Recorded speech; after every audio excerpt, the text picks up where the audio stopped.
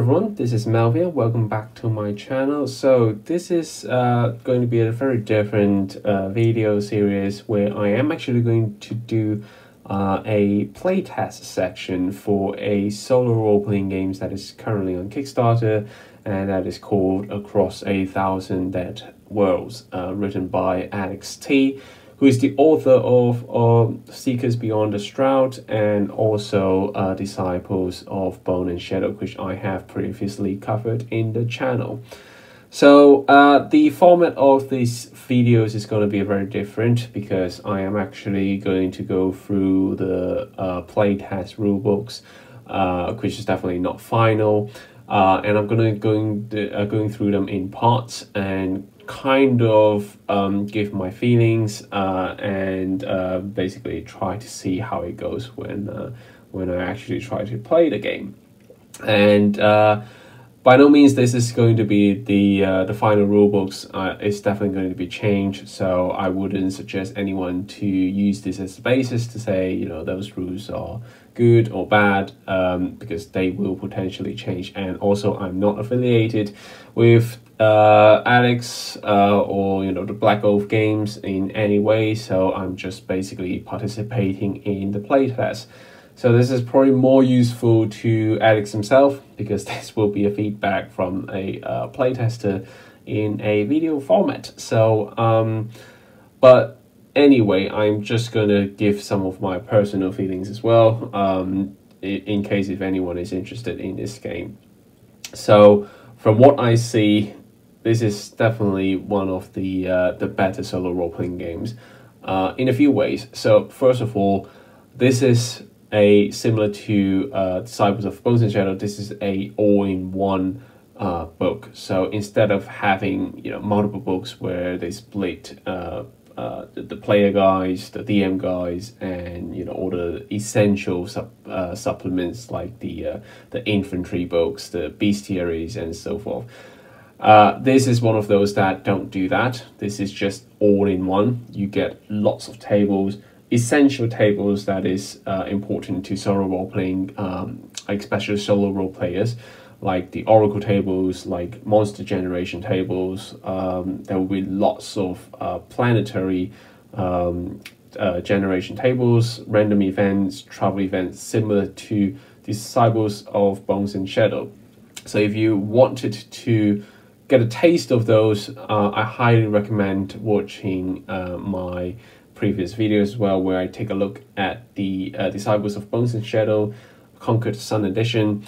I think you will get a very similar view of what you will get from this book. That being said, there is a huge step up in terms of the production quality from my point of view. I think this is definitely a step up in terms of how the editing is done, judging from the preview layout that you can find on the Kickstarter page as well. It's definitely a step up. The style is so much modern. It is almost it almost feels like a game published by the Free League Publishing Games, who published Forbidden Lands, the Mork Borsch, and Mutant Year Zero. Those are all beautiful books, and one of the great things about those books is how they were designed, how they look, how they feel. So I definitely hope the Across a Thousand Dead Worlds will live up to that standard.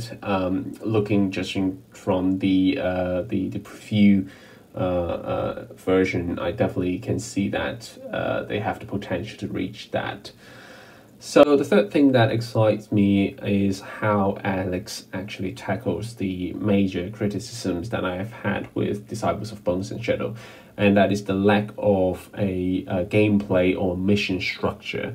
So in Disciples of Bones and Shadow, everything is driven by narrative tables. So you need to roll your yes-no tables, your nouns, your verbs to get a story, to explain why you're traveling on the hex map. Why are you going 3 hexes away? Why are you going north? Why are you going south? And what are you doing there as well when you reaches the dungeon? That is great for journaling players, but for players who just want a bit more gameplay and more structured gameplay, then that is kind of frustrating because you have to generate that every time you travel out.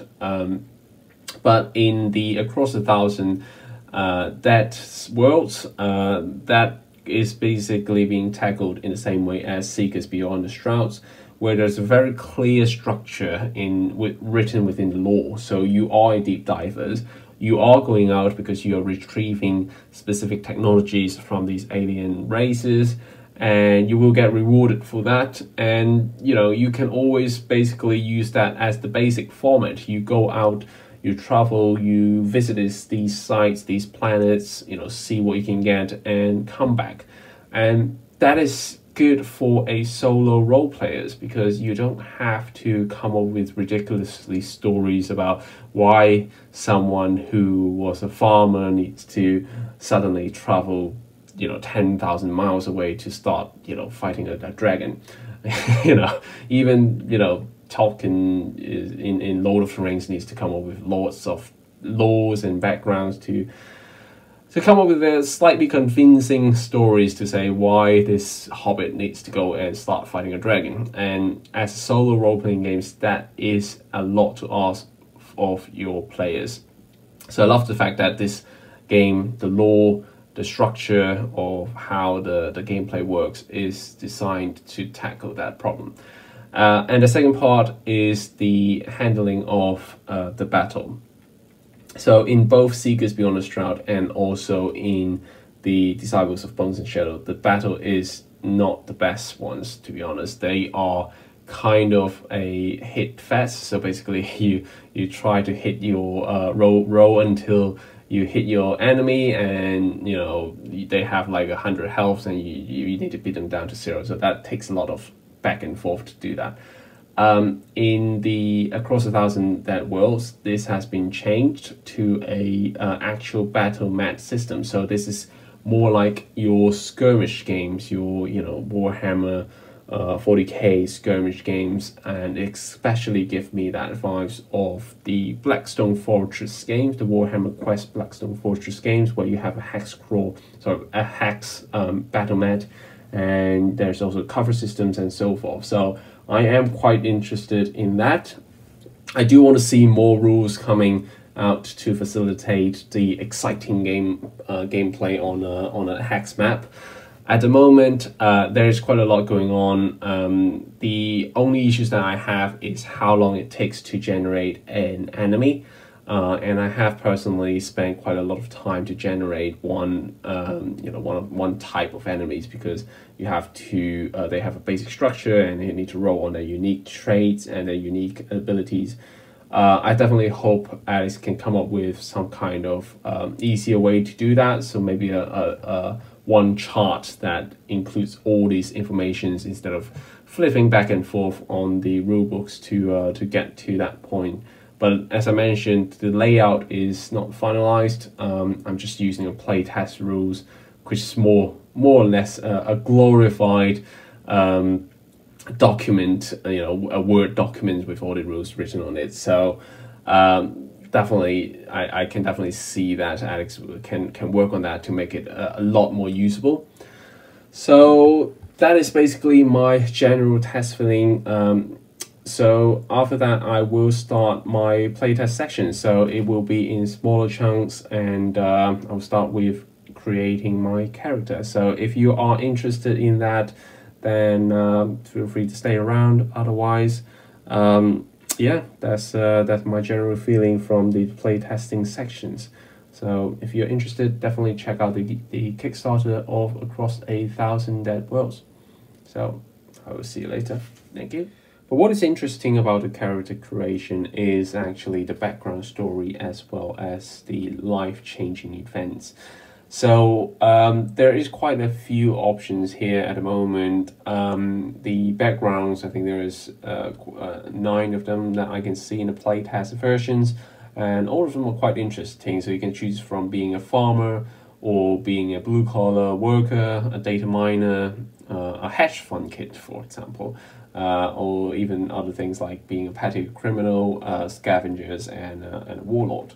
And each of them will come up with a little bit of a background story and also a benefit as well that you can pick by choosing, adding some skills levels to your character.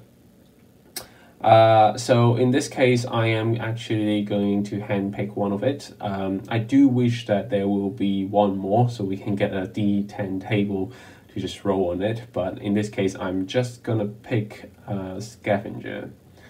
So as million others, you make your life out of the remnants of the old world. And the garbage of those who have is not a pretty life. And most of the time, it's a short one. After a close call with one of the gangs controlling the area, you had enough. Maybe you stole the money, maybe you had it saved, whatever happened, you bought a ticket and never looked back. So this gives us a little bit of a background of why we left Earth and went to the Karum station and become a deep diver. So basically we are a scavenger which have had enough of the old Earth. So there's a tiny little table that allows you to roll a bit more to say how did you earn your place in Karum Station, which I'm going to roll just right now. Okay, 2. You won the annual Karum Scholarship Lottery. Wow, that's really nice. So immediately from this kind of description, if you are familiar with solo role-playing, you can come up already with a little bit of a story. So if you have won the annual Karum Scholarship Lottery, is that a genuine lottery or is it a fixed lottery? You know, if you have ever watched any sci-fi movie, that is probably the immediate questions that you come up with. In this case, you can kind of answer it using the oracle tables that comes with the game, or you can just answer yourself.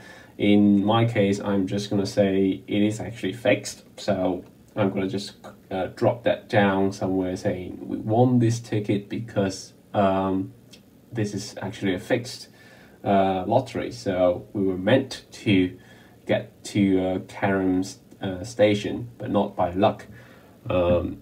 So we'll keep that in mind in our stories later on. So the next interesting part with the Across the Thousand Dead Worlds is the life-changing events. So in this case, there is a D20 options. I'm just going to roll that right now to see what we have. Okay, number 8. So had a chance to stand up against a powerful figure, but didn't. So in this case, there's not a lot of there's no mechanical result from this life-changing event, but this is definitely a powerful life-changing event. So we might have to have the chance to stand up against a powerful figure, but we didn't. Maybe we lost someone or lost something important during that experience.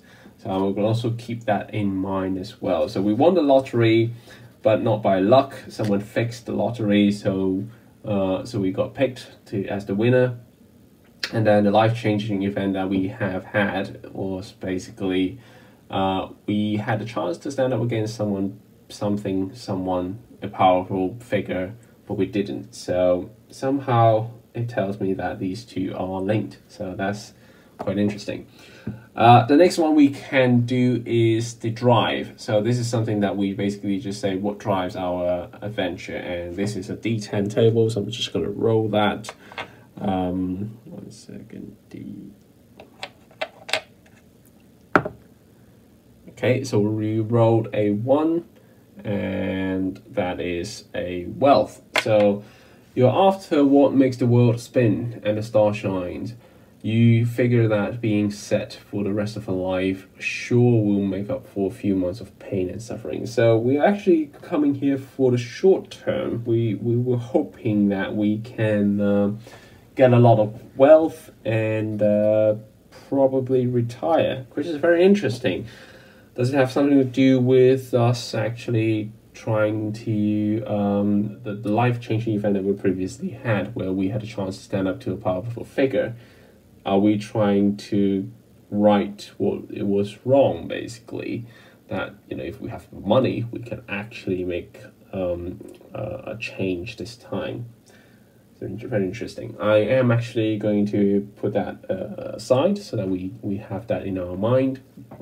And the next table that we have is kind of the mannerisms that you can pick.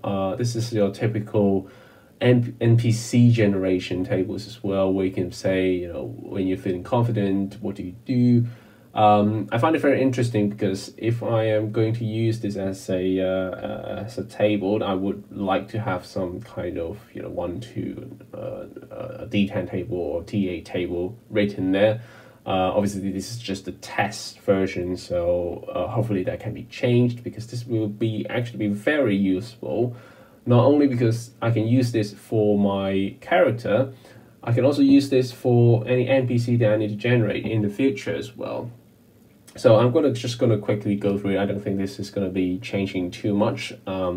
So I will come back with the result. Okay. So the more interesting part will be the nervous tick, because this will actually have some kind of gameplay mechanisms, because this is D20 table. So let's just quickly roll and see what we have. Number 3. So we will be wrinkling the nose whenever we get nervous. So in this game, stress is very important. You will get stress, obviously, when you're traveling alone in space or through a very long journey. So once you get like a certain amount of stress, then you will start showing these kind of nervous tics. So we will start wrinkling the nose whenever we get stressed enough. So that's very interesting. And the last bit about character creation is just basically how much you have as a starting money. So we will just quickly roll D20 to see how much gold or Drake coins, in this case DC in this case. 17. This is a really good roll, because you need to times 100. So we have 1,700 DC at the start of the game. So that's pretty much about the character creation, and let's go quickly into the next step, so let's go to the kind of the meat of the game, so which is the core gameplay loop, if you like. So from what I see in the playtest version, this is driven by 3 different parts. So the first one is you are starting in the Karum station, where you can do your daily activities. You can just do whatever you want, meet people, you know, talk with NPCs and so forth.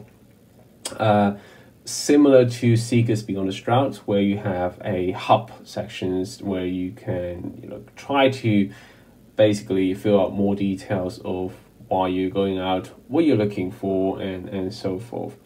And after that, that will basically range you to the mission part, which is traveling to the site in this case. So the sites are these remnants of the alien that was encountered by the human race, and basically there's no one there. It's just the technology left behind. So people are going there scavenging, trying to find something useful and so forth. So that's where we actually going to start.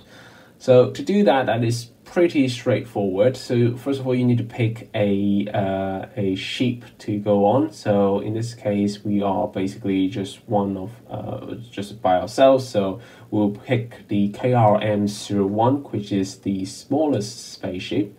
And you can see a bit of details, description saying what it looks like and so forth. And in this game, actually, there is a heavy emphasis on the slot on your inventory, and which is quite rare, because in most of the role-playing games you don't get to track inventory that tightly, and at the end of the day it basically becomes a spreadsheet tracking exercise that you don't really, you know, worry too much about. You just add a row whenever you want to. But in this case, there is a very straight inventory limit, and makes perfect sense, because you are traveling out into space, trying to get as much valuables back as much as you can, while still having the essential supplies to let you to do that. So you have to at least have some kind of oxygen, some kind of battery, some kind of ammo, because the more time you spend on this site, then you will spend more of these resources Luckily, in these games, you will get some supplies even if you don't have any money. The Karum station will provide all of the deep divers some basic kind of supplies, the likes of batteries, oxygen pellets, vacuum suits, some kind of weapons, service pistol, and combat knife as well. From my playtest experience, there is definitely enough if you decided to just don't push too far into this one side, just grab whatever you can and come back. But at the end of the day, if you treat this like one of those sci-fi movies, then you will always want to push forward a little bit forward than what you should be. So I think that's where the fun, you can get most fun out of these games. So I would say let's start with the Voyage, where we basically decided to go on our journey and see how long it takes, as well as what we encountered during our travel to these RCX sites. Okay, so first of all, what we need to do is to roll on the journey. So how long does it take? And in this game, the journey is taking place by weeks. So every single week you will have to roll a die. There's a 40% chance that you will arrive at that site in the first week. And then every week after, you increase by 10%. So by basically week 7, you will 100% arrive to that site. Now, obviously, what that means is that you will have to spend some food and also some other resources as well during each week. So it is obviously best if you can just roll the first time and get there. I think you have to use oxygen and the food supplies as well. So let's just quickly see how, if we manage to arrive the site in the first row. So let's just go straight away. Okay, so this is actually a 9, so we succeed. So the travel actually only takes 1 week, which is really short. So we'll have to take down our oxygen supply by 1, as well as our food supplies by 1. Which is fine, we have plenty of them. But one thing you need to do is you can also check if there's anything that happens during this journey. So this is the random travel event. As you can see, there's a table there. There's only 10%, so it's not a huge percentage at this point of time. So let's just try and see. Okay, 16%, there's nothing happening. But let's say if we do, then there's obviously 4 types. There's a social type, there's a shape malfunction, there's a space anomaly, and also some kind of mental and physical issues. And each of these will come up with their own D10 tables as well. So there's quite a lot of detailed encounter that you can see. So let's say if we arrived at the expedition site in this case, the first thing you will need to do is to see if you actually arrived at a place that you intended, which is a D100 table. So let's see what we get. So 63. This site orbits a planet or moon. It must be some sort of station or outpost. Okay, that's very interesting. So it means that we are actually not going on a planet. It is a site that is kind of like a satellite that orbits a planet or moon, so we can go directly there without traveling on the planet itself, which is good because if you travel on the planet, obviously you will need to spend more resources. So the next thing is to generate the random site name. So I'm just going to roll on that. So let's see, which is called Horngate 548921. So the next thing is obviously generating the more details of this site, and that is kind of the normal procedure when you have any role-playing games, especially solo ones. So let's see, there's a D20 table over here. So this is number 8. So this is a communication. So that was the original purposes of this place. So a sort of relay center, usually storing all kinds of data and containing interesting technology, which makes perfect sense because this is actually a satellite. So, you know, it could be something that these aliens use as well as a kind of a communication device that, you know, transfer maybe, you know, data from the planet to the space and to other planets, for example. So let's go to the next ones. The site story. So this is D10 table. So let's roll on that as well. So this is 10. Terribly affected by a cosmic event. Okay, so that is very interesting. I can already tell straight away some kind of things like maybe hit by a I don't know, maybe hit by something. Another satellite, huge explosion and something like that. But let's roll on the next one because that will probably help us answer that question. It's a D12 table to say what is the overall site descriptor.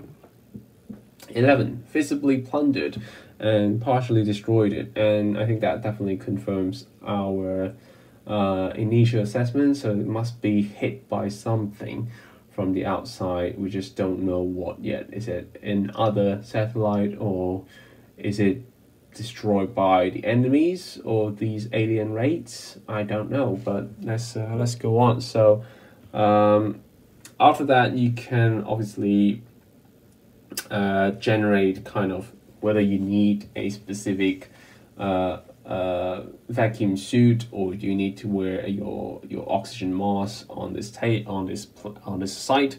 So there's a 20% chance that you will need to. So let's just quickly roll in that to see how it goes. Okay, 65. So we don't need it, which is good because if you need to wear these suits, then obviously there's a chance that if it's broken, then you will get into a very dangerous situation. So the next one that we need to roll on is random encounters as well as the site activities. So basically we need to say how, basically if there's a lot of activities going on this expedition site. If there are quite a lot of activities, then it simply means that there are more random encounters that you will see during your expeditions. Let's roll on that. 1. So deadly quiet. Again, that makes sense because it's already been destroyed. So there's only one possible encounter. So let's just quickly put that down. And the last thing I think that we need to roll to generate the site is the dominant site hazards. So this is a D8 table where we'll need to roll on that. So it's 1. Psychic disturbance. Okay, something terrible happened here. Something that still echoes through is caverns, dark halls. You can feel it simply by standing within these cursed walls.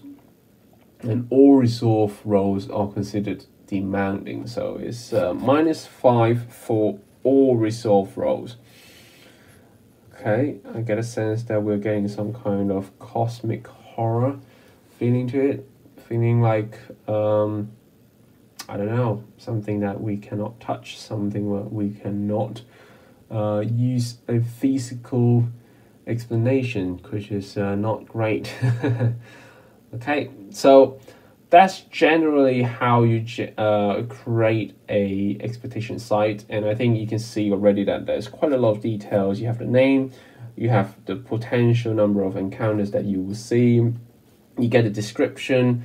So this is how it was basically, how it looks like. It's actually been partially destroyed, visibly plundered, and you can also tell what it was used for. So it was used as a communication center. So you would expect lots of maybe telecom devices on it as well, and kind of technology related to that. So that is really helpful if you need to generate your solo role-playing stories. So The next part. Okay, so the next part is kind of into the actual gameplay itself. So this is where you kind of, if you played any dungeon crawlers, this is where you generate your dungeon. So your how big it is, what kind of encounters you're seeing. So first of all, you need to roll on the size of the of these expedition site, so that you can go from small, medium, large, and huge. And this is D4 tables. Just quickly roll on that. So it is a medium table, medium site, where you can get D10 plus 20 resources, D10 plus 20 anthropological finds, and also D6 unique encounters. So obviously it means that if it's a medium site, then you have more chances to find resources than a small site, but less than the large and the huge one. So let's just see how many resources or potential resources that we can get from this site. So it's D10 plus 20. So there will be 25 resources that we can pick. Once we have completed that, then this site will be basically depleted of resources. And how about that? Those xenoanthropological. Okay, and what about that? Xenoanthropological finds, which is D10 plus 20. This is D10. So get a 7 plus 20, so 27 of those. And last thing is the unique encounters. So there's just D6. So let's just say how much we get. 3. So we can have 3 unique encounters. Okay. So let's see what we are able to find in our first exploration. And this is going to be a D10, so let's just roll that. There's a 1, an encounter straight away. So an encounter means the crew has run into something. That is really good news. So this is basically when you have to create an enemy, and that is quite fun. So to create an enemy, that is actually quite a few tables that you need to roll on. So first of all, you need to roll on the encounter difficulties, which is D20.